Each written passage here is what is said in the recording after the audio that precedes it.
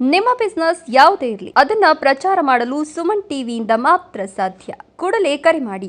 ಗೌರಿಬಿದನೂರು ರಾಜ್ಯ ರಾಜಕೀಯದಲ್ಲಿ ನಡೆದ ಮಹತ್ವದ ಬೆಳವಣಿಗೆಯ ನಂತರ ಡಿಕೆ ಶಿವಕುಮಾರ್ ಮುಖ್ಯಮಂತ್ರಿ ಪಟ್ಟಕ್ಕೇರಿರುವ ಹಿನ್ನೆಲೆಯಲ್ಲಿ ಗೌರಿಬಿದನೂರು ತಾಲೂಕಿನಲ್ಲಿ ಅಭಿವೃದ್ಧಿಯ ಹೊಸ ನಿರೀಕ್ಷೆಗಳು ಮೂಡಿವೆ. ವಿಶೇಷವಾಗಿ ಶಾಸಕ ಕೆಎಚ್ ಪುಟ್ಟಸ್ವಾಮಿಗೌಡರು ಹಾಗೂ ಮುಖ್ಯಮಂತ್ರಿ ಡಿಕೆ ಶಿವಕುಮಾರ್ ನಡುವಿನ ಆತ್ಮೀಯ ಸಂಬಂಧಗಳು ತಾಲೂಕಿನ ಅಭಿವೃದ್ಧಿಗೆ ಅನುಕೂಲಕರ ವಾತಾವರಣ ನಿರ್ಮಿಸಬಹುದು ಅನ್ನೋ ಅಭಿಪ್ರಾಯ ಸಾರ್ವಜನಿಕ ವಲಯದಲ್ಲಿ ಕೇಳಿಬರುತ್ತಿದೆ.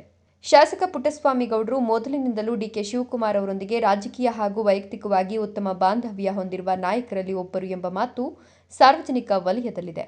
ಈ ಹಿನ್ನೆಲೆ ಮುಖ್ಯಮಂತ್ರಿ ಸ್ಥಾನಕ್ಕೆ ಡಿಕೆ ಶಿವಕುಮಾರ್ ಬಂದಿರೋದು ಗೌರಿಬಿದನೂರಿಗೆ ವಿಶೇಷ ಅನುದಾನ, ಹೊಸ ಯೋಜನೆಗಳು ಹಾಗೂ ಹೆಚ್ಚಿನ ಸರ್ಕಾರಿ ಸೌಲಭ್ಯಗಳನ್ನು ತರಲು ಸಹಕಾರಿಯಾಗಬಹುದು ಎಂಬ ನಿರೀಕ್ಷೆ ಜನರಲ್ಲಿ ಮೂಡಿದೆ. ಈವರೆಗೆ ತಾಲೂಕಿನ ಹಲವು ಭಾಗಗಳಲ್ಲಿ ರಸ್ತೆ ಅಭಿವೃದ್ಧಿ, ಚರಂಡಿ ನಿರ್ಮಾಣ, ಬೀದಿ ದೀಪಗಳ ಅಳವಡಿಕೆ ಸೇರಿದಂತೆ ಮೂಲಭೂತ ಸೌಕರ್ಯಗಳ ಅಭಿವೃದ್ಧಿಗೆ ಕ್ರಮ ಕೈಗೊಳ್ಳಲಾಗಿದೆ. ಆದರೆ ಇದರಾಚೆಗೆ ಕೈಗಾರಿಕೆ, ಶಿಕ್ಷಣ, ಆರೋಗ್ಯ, ನೀರಾವರಿ ಹಾಗೂ ಉದ್ಯೋಗ ಸೃಷ್ಟಿಗೆ ಸಂಬಂಧಿಸಿದ ದೊಡ್ಡ ಮಟ್ಟದ ಯೋಜನೆಗಳು ತಾಲೂಕಿಗೆ ಬಂದಿಲ್ಲ ಎಂಬ ಅಭಿಪ್ರಾಯ ಸಾರ್ವಜನಿಕರಲ್ಲಿದೆ. ಕೇವಲ ಮೂಲಸೌಕರ್ಯ ಅಭಿವೃದ್ಧಿಯಷ್ಟೇ ಅಲ್ಲದೆ ಮುಂದಿನ ದಿನಗಳಲ್ಲಿ ತಾಲೂಕಿನ ಸಮಗ್ರ ಅಭಿವೃದ್ಧಿಗೆ ಹೊಸ ಯೋಜನೆಗಳು ಅಗತ್ಯ ಅಂತ ಜನರು ಅಭಿಪ್ರಾಯ ವ್ಯಕ್ತಪಡಿಸುತ್ತಿದ್ದಾರೆ. ಇನ್ನೊಂದೆಡೆ ತಾಲೂಕಿನ ಕೆಲವು ಕಾರ್ಯಕ್ರಮಗಳಲ್ಲಿ ಮಾತನಾಡಿರುವ ಶಾಸಕ ಪುಟ್ಟಸ್ವಾಮಿಗೌಡರು ಕೆಲ ರಾಜಕೀಯ ನಾಯಕರು ಮತ್ತು ವಿರೋಧಿಗಳು ಅಭಿವೃದ್ಧಿ ಕಾರ್ಯಗಳಿಗೆ ಅಡ್ಡಿಯಾಗ್ತಿದ್ದಾರೆ ಅಂತ ಆರೋಪಿಸಿರುವುದು ಗಮನಾರ್ಹವಾಗಿದೆ.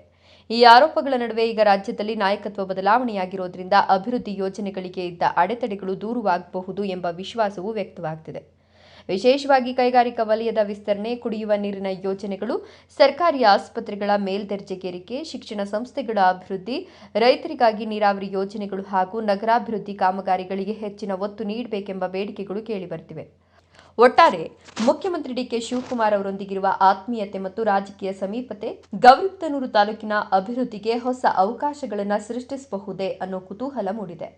ಈಗ ಜನರ ನಿರೀಕ್ಷೆ ಒಂದೇ, ಈ ರಾಜಕೀಯ ಸಮೀಕರಣಗಳು ಕೇವಲ ಸಂಬಂಧಗಳ ಮಟ್ಟಕ್ಕೆ ಸೀಮಿತವಾಗದೆ ಅಭಿವೃದ್ಧಿಯ ರೂಪದಲ್ಲಿ ತಾಲೂಕಿಗೆ ಸ್ಪಷ್ಟ ಫಲಿತಾಂಶ ನೀಡಬೇಕು ಅನ್ನೋದು.